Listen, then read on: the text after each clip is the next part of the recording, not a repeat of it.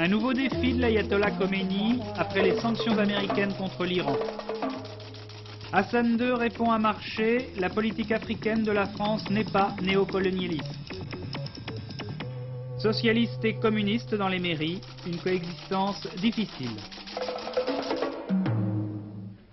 Madame, Monsieur, bonsoir. Ce ne sont plus seulement 50 diplomates qui sont retenus en otage à Téhéran, mais 250 millions d'Américains qui se sentent individuellement concernés et individuellement prisonniers des étudiants iraniens. Une phrase que j'ai retenue, entre autres, des déclarations d'Hassan II, qui était l'invité d'Antenne 2 Midi aujourd'hui.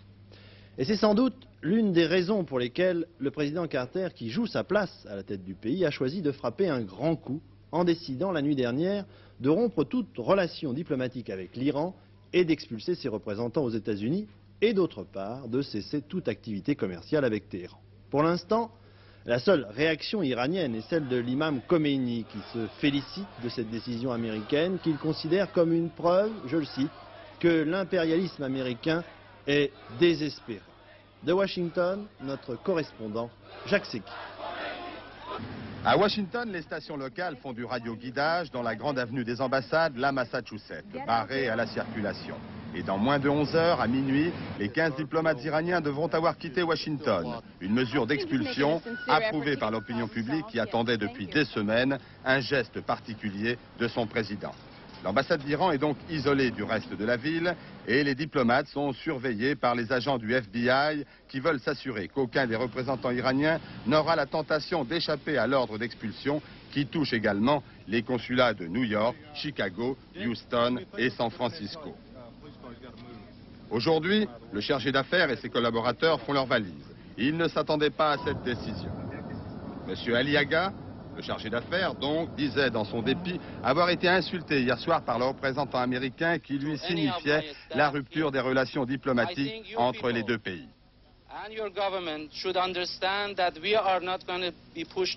Du côté américain, la dernière mesure de ce genre avait été prise en 1961 avec Cuba. À la Maison-Blanche, on dit aujourd'hui qu'on est entré dans la troisième phase de cette crise qui dure tout de même depuis 157 jours. Et il fallait bien apaiser l'opinion publique, déçue et excitée par une longue attente.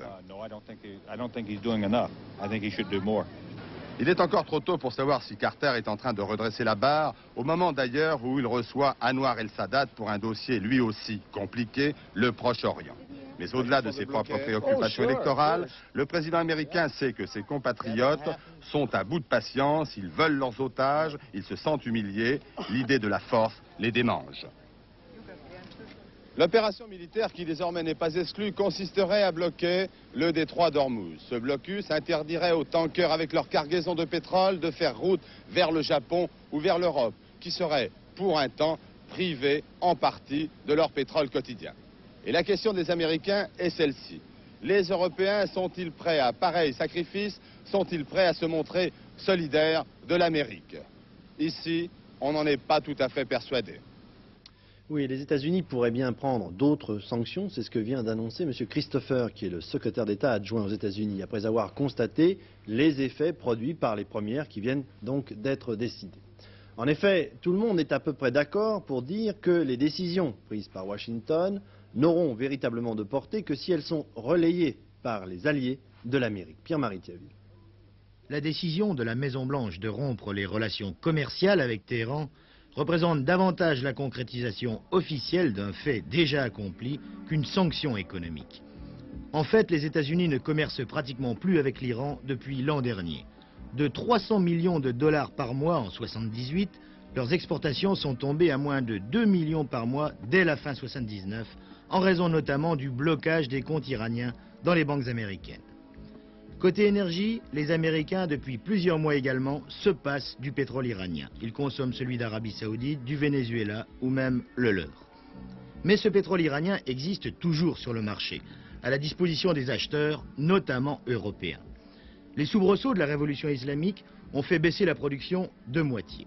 Et la France, qui se fournissait naguère en Iran à hauteur de 8%, ne le fait plus aujourd'hui que pour 3 ou 4%. Mais cela représente encore plusieurs millions de tonnes, davantage encore pour les Allemands et les Italiens. L'Iran joue donc encore pour l'Europe un rôle de fournisseur pétrolier amoindri, mais réel, alors qu'il n'est plus rien pour les États-Unis. C'est une différence qui devra certainement être prise en compte par les Européens pour débattre de l'opportunité de suivre Washington sur le terrain des sanctions contre l'Iran. Et c'est sans doute aussi en pensant à l'Europe que le ministre du pétrole iranien a déclaré cet après-midi « Nous ne vendrons plus de pétrole aux pays qui se montreraient hostiles à la nation iranienne ». C'est un avertissement. Quel est son poids pour la France? À peu près 5 millions de tonnes par an. Oui, je vous disais en commençant qu'il n'y avait pas encore de réaction officielle du côté iranien. Eh bien, la première vient de tomber à l'instant. Le président iranien, M. Bani Sadr, a appelé l'ensemble des Iraniens à une marche gigantesque à travers tout le pays, et cela dès vendredi prochain. Ainsi donc, pour en revenir au sujet, parce que d'une part, le président Carter fait appel à leur coopération, et parce que d'autre part, les Iraniens les menacent de les priver de pétrole, les alliés des États-Unis, et principalement les Européens, dont les relations économiques restent importantes avec l'Iran, se retrouvent cette fois-ci obligés de prendre nettement position. Paul Nahon. Cette fois, il semble bien que les Européens et les alliés des États-Unis soient au pied du mur, car jusqu'à aujourd'hui, l'Europe s'était contentée de soutenir, mais verbalement seulement, les États-Unis. Pour de nombreux pays européens, dont la France, il n'est toujours pas question de prendre des sanctions contre l'Iran, pour au moins 3 raisons. La première, les intérêts politiques et économiques des Européens et des Américains sont différents. Deuxième raison, les Européens ne veulent pas rompre tous les canaux de communication avec Téhéran. Troisième raison enfin, il faut protéger à tout prix les ressortissants européens qui séjournent encore en Iran. Le gouvernement iranien a si bien compris les divisions du monde occidental qu'il considère que même après les sanctions américaines, aucun coup décisif ne peut être porté à l'Iran tant que les alliés des États-Unis ne prendront pas une position commune. Reste à savoir maintenant quelle sera la prochaine décision, la prochaine étape que franchira le président américain dans cette affaire des otages qui constitue désormais véritablement une bombe à retardement, non seulement pour les Américains, mais aussi pour l'Europe tout entière. Oui, et pour le roi du Maroc, qui était l'invité d'Antenne de Midi aujourd'hui, les sanctions prises par les États-Unis sont inopportunes. Ce n'est pas en tout cas, selon lui, ce qu'il fallait faire pour récupérer les otages, à propos duquel, vous allez le voir, il s'est montré très pessimiste. Maintenant que le processus est engagé, il faut faire tout ce qu'il faut pour les sauver. Mais ça m'étonnerait. M'étonnerait qu'ils soient récupérables. Vous pensez que les 50 ou les 49 Américains sont perdus?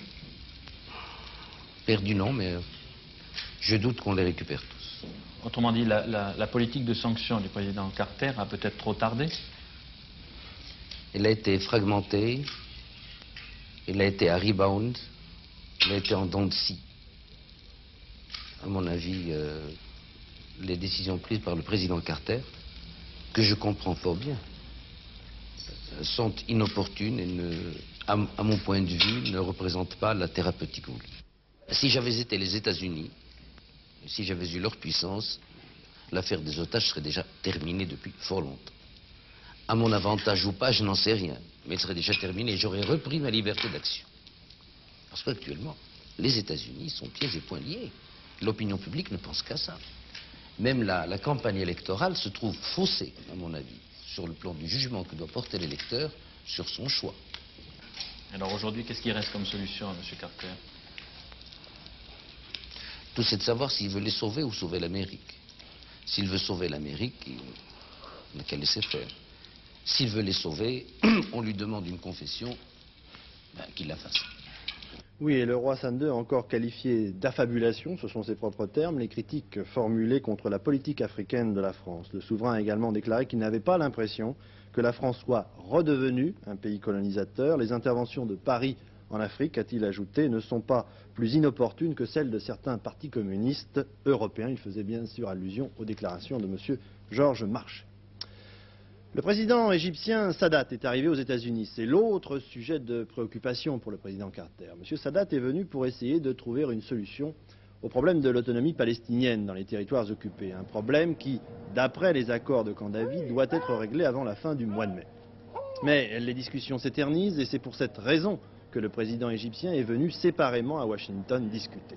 À son arrivée, M. Sadat s'est montré confiant. On parle dans son entourage d'un deuxième discours qu'il pourrait prononcer devant le Parlement israélien, un geste spectaculaire pour essayer de débloquer une nouvelle fois la négociation. Ce voyage intervient au lendemain de la sanglante prise d'otages en Israël, un attentat condamné par le président de la République, M. Giscard d'Estaing, qui tiendra une conférence de presse spécialement consacrée à la politique étrangère le 19 juin prochain. D'autre part, c'est le 5 mai sur FR3 que M. Giscard d'Estaing s'adressa aux Français dans le cadre de l'émission 1 heure avec le président. M. Giscard d'Estaing, qui se trouvait jusqu'à ce soir à Courchevel, où il a rencontré aujourd'hui Monseigneur Etchegaray, le président de la conférence épiscopale française, avec lequel il a évoqué la prochaine visite de Jean-Paul II en France.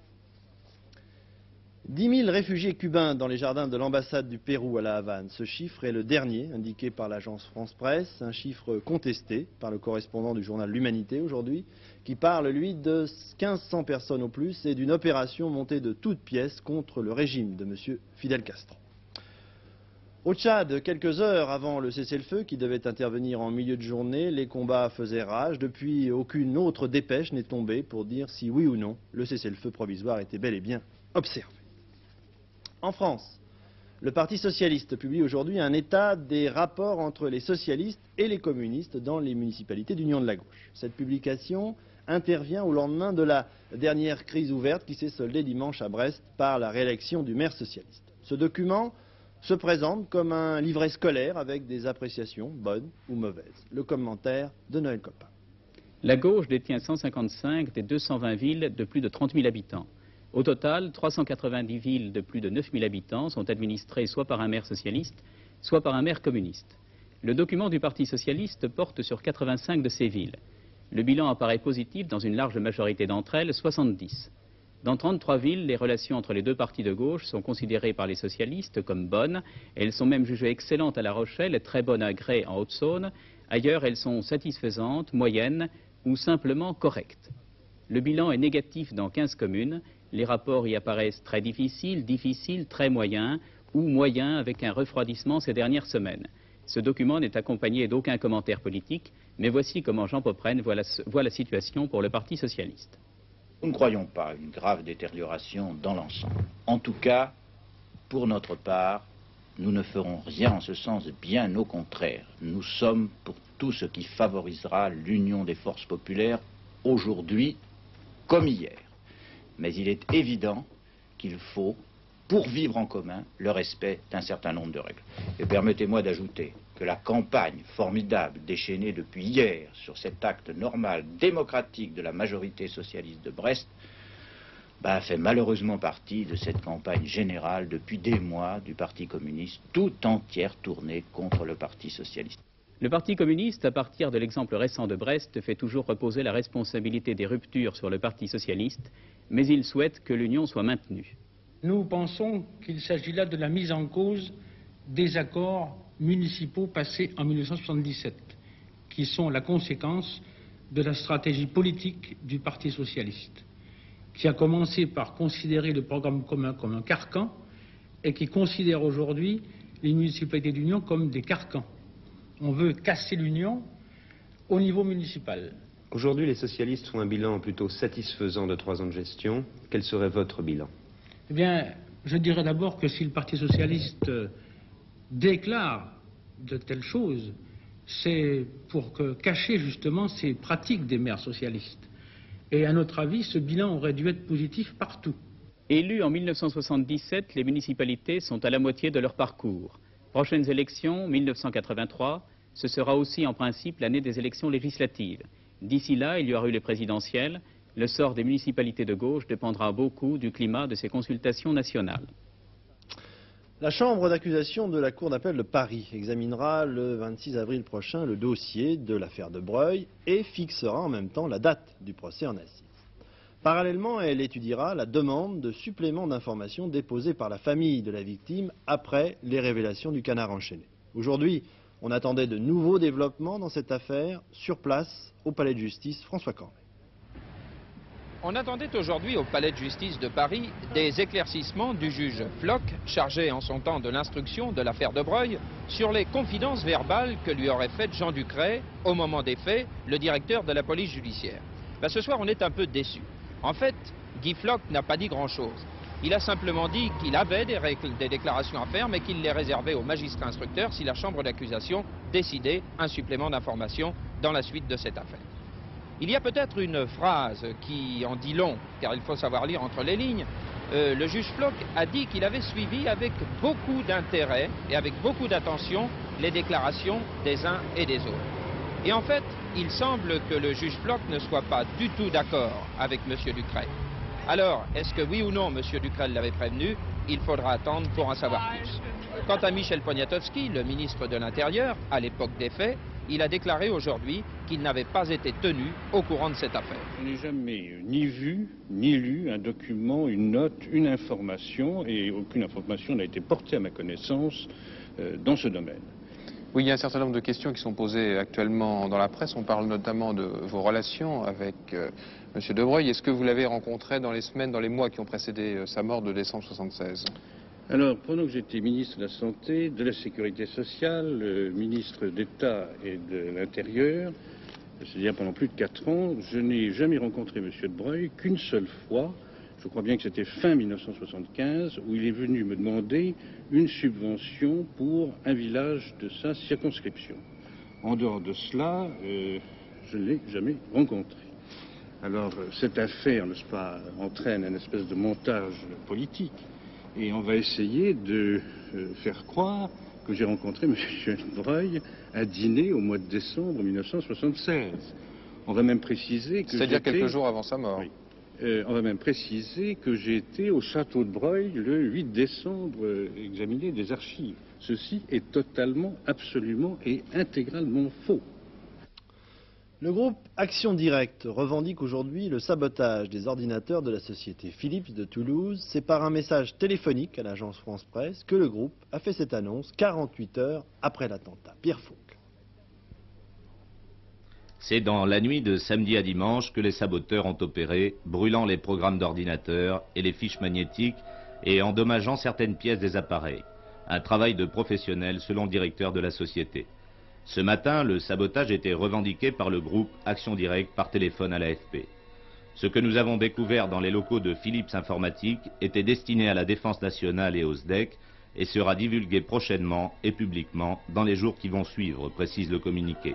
Ajoutant que le groupe signera désormais Action Directe des 27 et 28 mars 1980 et que l'organisation n'en restera pas là.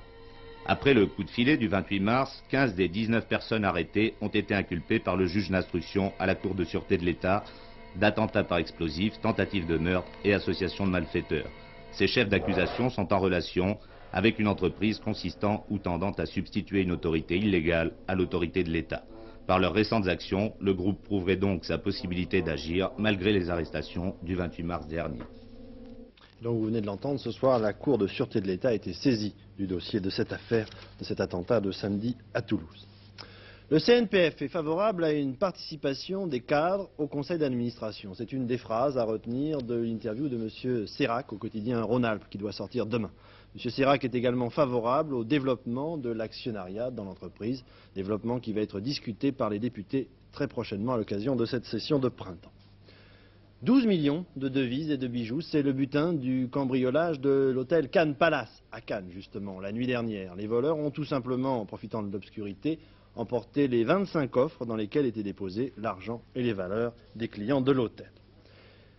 Il y avait du monde ce week-end en Bretagne, ce qui ne veut pas dire que la saison touristique sera bonne, car si certains étaient venus parce qu'il faisait beau, d'autres étaient simplement là par curiosité, pour constater les dégâts de la marée noire, enfin les derniers avaient malheureusement fait le déplacement pour annuler leur réservation de l'été. Parfois la foule, parfois seulement le vent, affluences très diverses selon les secteurs pour cette Pâque noire de la côte de Granit Rose.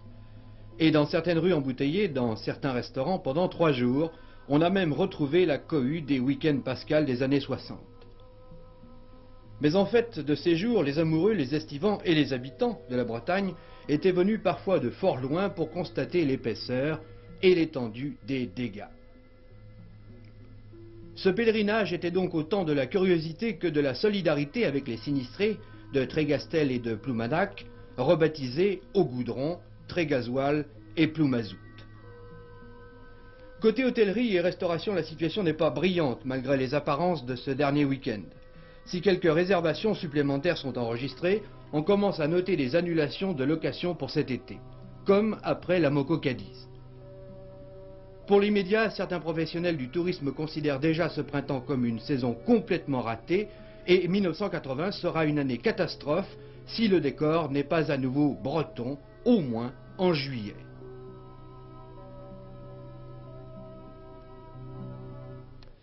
Guerre des vignobles en Champagne. En effet, dans cette région strictement délimitée, le moindre espace exploitable est mis en valeur, à tel point qu'un exploitant qui veut s'agrandir pour installer ses enfants, par exemple, n'arrive pas à trouver un seul mètre carré. J'exagère à peine, le marché foncier étant pratiquement nul, les prix sont donc en train de s'emballer, pour ne pas dire exploser. Au cours actuel, 1 hectare, 10 000 mètres carrés, peut atteindre 2 millions de francs. Une enquête de Bernard Marquet.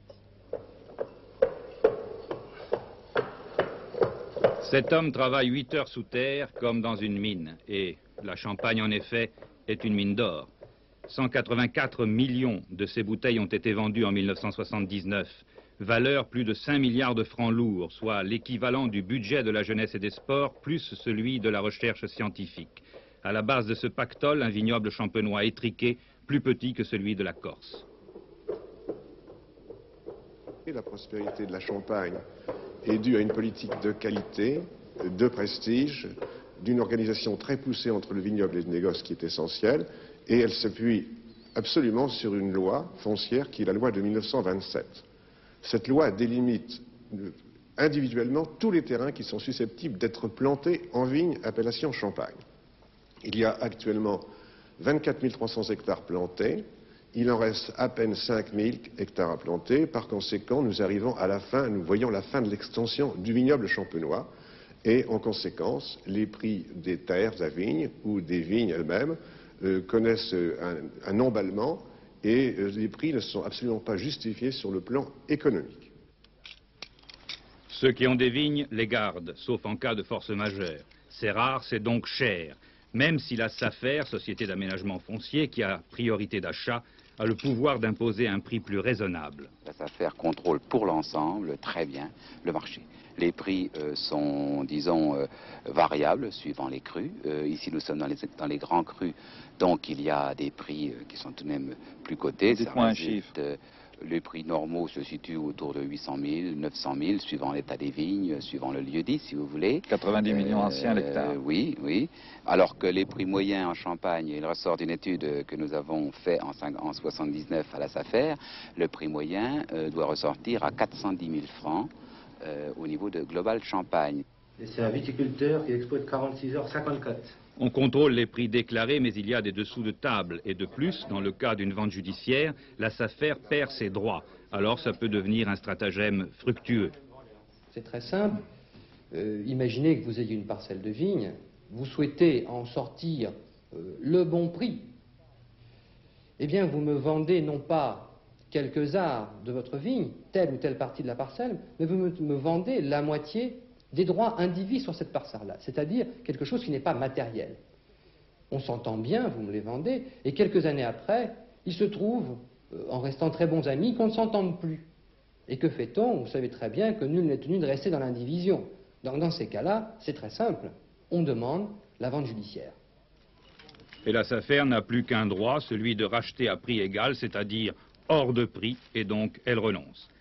Et c'est une vente judiciaire tout à fait normale, celle-là, qui a permis récemment d'adjuger une parcelle de 15 arts 68 centiares pour 265 000 francs. En y ajoutant les frais légaux, cela fait une valeur à l'hectare de 2 millions, 200 millions de centimes. Même pour un grand cru, la somme a paru extravagante. Dans la nuit, une partie de la vigne a été sabotée à coups de sécateur. Bon, je leur encore un demi. Sur le coup de la colère, le gars il vient, il coupe les fils. Mais pour couper tout ça, hein. Victime de la grogne de ses voisins, l'acheteur, un vigneron de Cramant, avait accepté le prix fort pour installer son fils. Il n'y avait pas d'autre moyen. Voilà ce qu'il en résulte, c'est du sabotage. Voilà, le fil qui est coupé. Hein. Tout ça, c'est... Hein, par bonheur, ça n'a pas été oublié d'être saboté. Hein. Là, il en reste encore une, faut oublier d'être saboté. Qu'est-ce que vous en pensez du sabotage qui a eu lieu dans la vigne de M. Boulet, là? Bah, c'est un sabotage qui n'est pas ordinaire, mais c'est la limite des prix, c'est ça. C'est les gens qui veulent plus que ça soit vendu trop cher, hein. C'est ça. C'est pas parce que c'est M. Boulet. Ça aurait été M.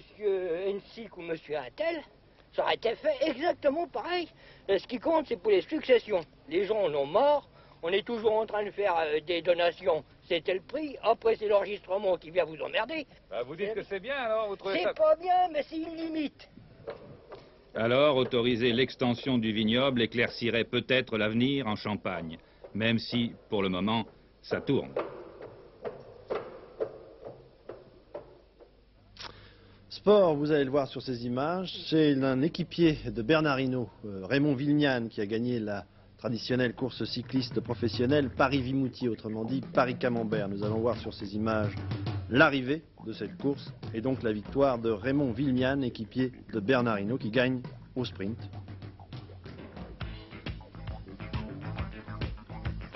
Voilà l'image traditionnelle du vainqueur. Ce soir, en football, journée de championnat en première division avec les résultats dans notre dernier journal, mais surtout demain, en direct sur Antenne 2, c'est sûr, Coupe d'Europe des vainqueurs de coupe, Nantes-Valence. Si les deux équipes se connaissent mal, en revanche, leurs entraîneurs se connaissent bien. Di Stefano, l'entraîneur espagnol, et Jean Vincent, l'entraîneur nantais, ont joué l'un contre l'autre en finale de la Coupe d'Europe lorsqu'ils opéraient respectivement au Real Madrid et à Reims. Serge Richet nous présente l'équipe de Valence qui rencontre demain Nantes. Glasgow Rangers battu 3-1 sur son terrain, Barcelone, tenant de la Coupe des Coupes, éliminé, ce sont les deux grandes victimes de l'appétit européen du FC Valence 1980. Quatrième du championnat d'Espagne, mais exclu de la course au titre national ainsi que de la Coupe, Valence, l'un des clubs les plus riches et les plus puissants d'Espagne, ne pense plus qu'à l'Europe. Valence, c'est avant toute chose un entraîneur prestigieux. Di Stefano, 6 fois vainqueur de la Coupe d'Europe des clubs avec le Real de Madrid. Il disposera pour affronter Nantes de joueurs de talent. 3 membres de l'équipe nationale espagnole, Carrete, Solsona, Sora. Et surtout, bien sûr, 2 super vedettes du football mondial. L'international Rainer Bonhoff, champion du monde il y a 6 ans avec l'Allemagne. Un terrible pied gauche, l'un des plus beaux tirs du monde. Mario Kempes, lui, vainqueur de la Coupe du Monde en 1978 avec l'Argentine. Mais Kempes se méfie de Nantes car il se souvient de l'équipe de France à Buenos Aires. À la Coupe du Monde, nous avons joué d'abord contre la Hongrie qui nous a posé pas mal de problèmes. Mais c'est sans aucune mesure avec ceux que nous avons rencontrés face à la France. Je garde un souvenir très douloureux de cette rencontre difficile. Aux Nantais d'entretenir demain soir l'estime qu'éprouve Mario Kempes pour le football français. Oui, demain soir, une soirée à éviter pour les cardiaques. Je pense que ça va être assez dur. La météo pour terminer. Demain mercredi, sur l'est des Ardennes, l'Alsace, le Jura, la Savoie et le Lyonnais, le temps sera très nuageux à couvert avec des averses de pluie et de neige au-dessus de 600 à 800 mètres. Sur les autres régions, des nuages alterneront avec de belles éclaircies, surtout près de l'Atlantique et de la Méditerranée. Vent de nord faible à modéré, fort dans la vallée du Rhône et en Provence, température assez basse pour la saison. Voilà, c'était un beau week-end, on n'a rien à regretter. Dernier journal en fin de programme avec Hervé Claude. Demain, invité d'Antenne 2 midi, Simone Signoret. Demain soir, le match de football et je vous retrouve à 20h. Bonsoir, excellente soirée sur Antenne 2.